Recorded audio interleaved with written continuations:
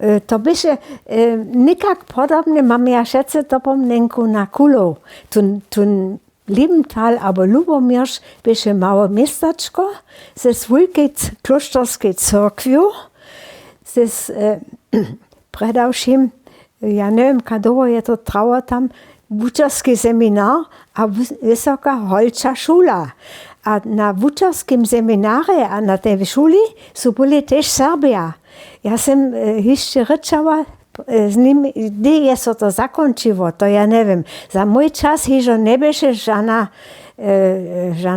vučarský seminár a žana šula, holča šula. Ten kloštor je dále obstav.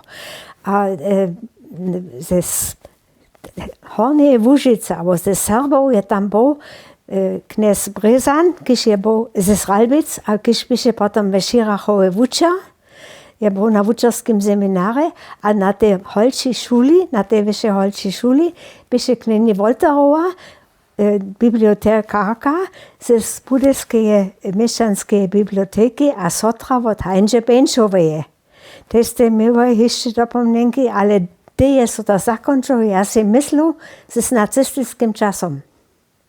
A tež ve kloštre bychu tež Serbia, to sú nám mi povedali Šoučic ze Svotrova. So wie tých přivóz noch nicht und tam bol v tom kloštre.